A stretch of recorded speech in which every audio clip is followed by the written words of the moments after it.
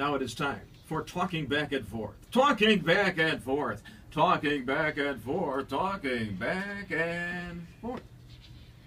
Thank you, John McLaughlin. Two federal appeals court rulings conflicting with one another on the issue of Obamacare subsidies. Of course, the D.C. Circuit ruling first yesterday that the state exchanges are the only ones that can take federal subsidies, according to the Obamacare law as written, and not through the sleight of hand can you give money through the federal exchanges, as the administration did via the IRS. Is there going to be a death knell for Obamacare as a result of this? Eventually, Eleanor Clift. Obamacare 2, Robert's redemption. I hope that's the story that we ultimately tell. It's going to go to the Supreme Court, whether it's next term or maybe the term after that.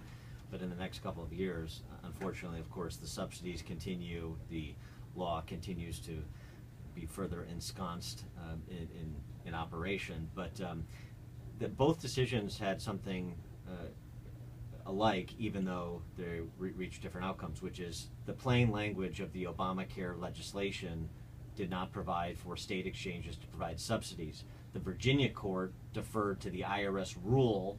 The D.C. court did not. And the D.C. court ultimately continues a trend that we've had in this administration from the judicial branch, which is kind of highlighting that Barack Obama breaks the law. Contraceptive mandate, the interpretation of the chemical weapons law, president's recess appointments. There's a consistent theme that Obama believes he is the law. I thought in interpreting the laws that the courts look to the plain meaning of the language. And if it's unambiguous, then you don't look at the legislative history. You don't get to that. It's only when the language is ambiguous. And it's unambiguous, the language there. So what was the Fourth Circuit ruling otherwise there? And now you know what's going to happen, though. You got these Obama hacks who got in through Harry Reid on the D.C. Circuit, because this was only a three-judge panel which ruled on this. They'll probably overturn what the three-judge panel did, but it'll eventually go up to the Supreme Court.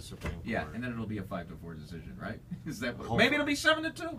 Who knows? I mean, they've surprised us before. The previous decision that may inform this is the decision that the court made in the Medicaid expansion of Obamacare, which they ruled 7-2 Sure.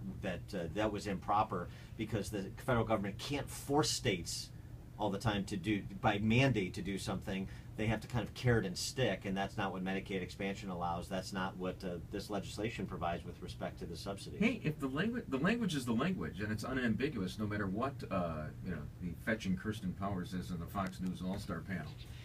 Thank you so much, John McLaughlin. Issue 2, according to Movado Real Estate, Oak Park ranks number 7 in the country in the top 10 snobbiest cities. Well, Berwyn is nowhere in the list. Neither is Cicero. Not even. It's a dual entry.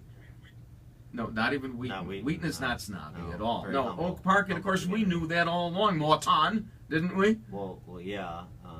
Any community municipality that passes a resolution declaring itself a nuclear-free zone, I think, has an inflated sense of self.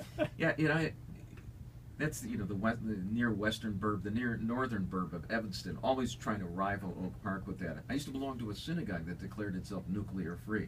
Oh, that's nice. That's cool. Northwestern University's location in Evanston doesn't help. Yeah. That was nice. It was. I think it was morally free, too, the synagogue. So that's the end of that issue.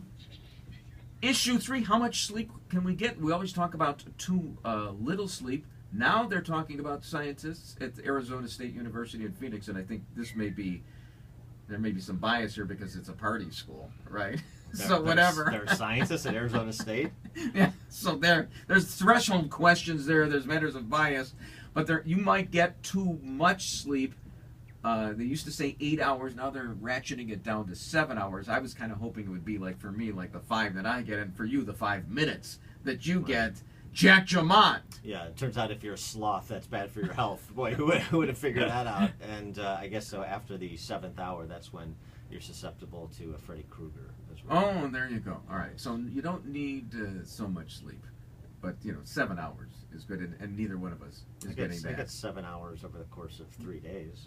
In the aggregate, I mean, do you nap at all? No. Is it? You don't. Is there any slump that you have during the day? I noticed you dozing off a little bit during some of my diatribes.